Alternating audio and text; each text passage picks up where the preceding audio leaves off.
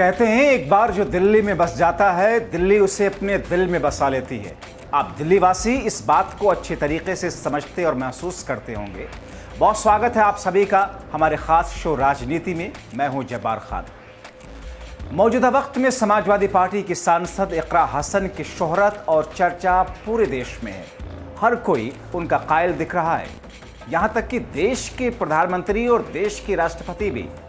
आज इस शो में हम आपको कैराना से समाजवादी पार्टी की सांसद इकरा हसन से जुड़ी कुछ ऐसी बातें बताएंगे जिसे जानकर आप चौंकेंगे, आप हैरान होंगे, आप ये कहने पर मजबूर होंगे कि वाकई इकरा हसन बाकी सियासतदानों से काफ़ी अलग है।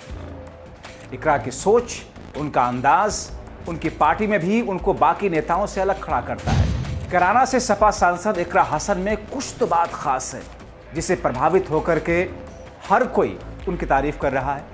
फिर चाहे सपा के मुखिया अखिलेश यादव हों, डिम्पल यादव हों या फिर बीजेपी के कद्दावर नेता, इकरा हसन में कुछ तो खास है, कुछ तो बात है। जब वो बोलती हैं उसमें सच्चाई दिखती है, उसमें एक गहराई दिखती है।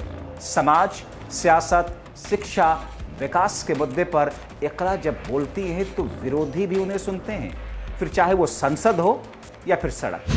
आपने सुना और देखा होगा कि पिछले पार्लियामेंट के सेशन में मोदी सरकार के एक मंत्री ने संसद में ही इकरा की जमकर सराहना की थी।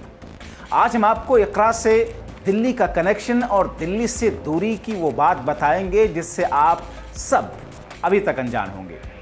कहा जाता है कि इकरा हसन अपने इलाके के लोगों की भलाई और विकास को लेकर के सभी चीज़ों से ऊपर इन दोनों चीज़ों को रखती हैं। दिल्ली में रहना सांसदों के लिए सुखद लगता है, मगर इकरा दिल्ली से दूरी बनाने की बात करती हैं। क्यों? आपको बताते हैं। इकरा हसन से जब दिल्ली के बारे में सवाल किया गया, पूछा गया, तो वो कहती हैं कि दिल्ली से बच के रहना। वो कहती हैं कि मैं ये सबके लिए नहीं कह रही हूँ, बल्कि सांसदों के लिए कह रही हूँ। अब सवाल उठता है कि इकरा हसन ऐसा कह रही हैं तो क्यों कह रही है? दरअसल इकरा हसन से एक सवाल पूछा गया था कि आपके संसदीय क्षेत्र के लोग ये कहते हैं इकरा दिल्ली में काफ़ी रह गई, कैराना वापस आए। इस पर इकरा हसन मुस्कुराते हुए जवाब देती हैं कि क्योंकि अभी 2 ही महीने हुए हैं और इन 2 महीनों में हमारे 2 सेशन हो गए हैं। मेरे पिता कहा करते थे कि जिस नेता का दिल्ली में ज़्यादा मन लगता है तो उसका क्षेत्र से या धरातल पर जनाधार खत्म हो जाता है। तो मैं अपने पिता की ओर से कही गई इस बात को अपने ध्यान में रखती हूँ, इसलिए दिल्ली से ज़रा बच के रहती हूँ।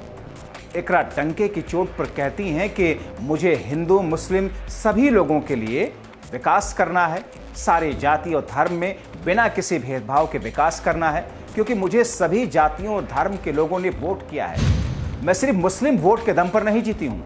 मेरा दायित्व है कि सबके लिए काम करूँ, न कि किसी धर्म विशेष के लिए। विचारधारा के तौर पर सपा से अटैच होने पर इकरा कहती हैं कि मैंने सभी नेताओं को नज़दीक से देखा है। मुझे लगता है कि इन सब में समाजवादी पार्टी के अध्यक्ष अखिलेश यादव सबसे आगे हैं। एक ऐसे व्यक्ति हैं जिनसे आप पब्लिक मीटिंग में मिलते हैं, शादी समारोह में मिलते हैं या अपने कार्यालय और संसद के अलग किसी जगह पर, उनका व्यवहार एक जैसा होता है, व्यवहार बदलता नहीं। इकरा बीजेपी खेमे से स्वर्गीय सुषमा स्वराज और मौजूदा केंद्रीय मंत्री नितिन गडकरी की सराहना करते दिखती हैं। मौजूदा समय में इकरा महुआ मोइत्रा से काफ़ी प्रभावित हैं, यानी कि इकरा सिर्फ खुद में न रहते हुए दूसरे नेताओं के लिए भी पूरा सम्मान रखती हैं। यही वजह है कि हर कोई उन्हें सुनना चाहता है, उन्हें देखना चाहता है, उनकी सराहना करता है, क्योंकि लंदन से पढ़ करके देश की राजनीति में सक्रिय हुई इकरा हसन का इस वक्त डंका यूं ही नहीं बज रहा। उनकी सोच, उनकी विचारधारा, उनका अंदाज, उनकी बातें, शिक्षा, स्वास्थ्य और दूसरी तमाम चीज़ों को लेकर के उनकी अपनी सोच और उनकी अपनी प्लानिंग उनको कहीं ना कहीं एक अलग लाइन में खड़ी करती है। और यही वो खूबियाँ हैं जो इकरा हसन को कहीं ना कहीं पहली सफ में ला करके खड़ा कर रही हैं। तभी तो देश के प्रधानमंत्री नरेंद्र मोदी ने भी उनकी तारीफ की, देश की राष्ट्रपति द्रौपदी मुर्मू ने भी उनकी सराहना की है। और ऐसे में अब उनके क्षेत्र के लोग, उनकी कॉन्स्टिट्यूंसी के लोगों के साथ साथ राज्य के, उत्तर प्रदेश के दूसरे इलाके के लोगों में भी उनकी काफ़ी पॉपुलैरिटी है। देश के अलग अलग हिस्सों में भी उनकी चर्चाएं काफ़ी हैं।